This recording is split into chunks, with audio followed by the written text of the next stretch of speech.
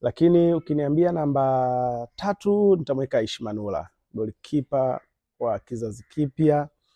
Amekuwa kwenye ubora mkubwa sana kwa muda mrefu. Tunakumbuka wakati ule takriban misimu 6 alikuwa ni golikipa bora wa ligi kuu, akapata changamoto hapa katikati, ila tunamuona amerejea kwenye ubora wake. Huyu ndo golikipa bora wa kizazi hiki ambaye anaelekea mwishoni, lakini bado ubora wake uko pale pale.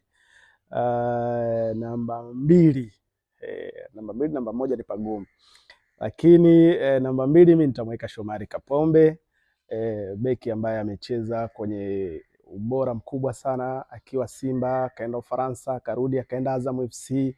Licha ya majeraha, Kapombe amekuwa akirejea uwanjani anaonyesha kitu kikubwa. Beki mzuri, anashambulia, anakaba vizuri, anapanda kushambulia, anatoa assist, anafunga. Kila msimu atahusika kwenye magoli 5, 6.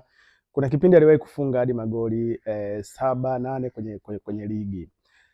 Namba 1, sidhani kama kuna mjadala hapa kwenye namba 1 na kama panahitaji maelezo makubwa sana. Huyu ni Faila Sufi, Fei Toto Maestro, midfield ya mpira, anajua boli, anafanya mpira kuwa burudani. Yani huyu tunasema ni msanii ambaye anacheza mpira, kwa maana ya kwamba anaulainisha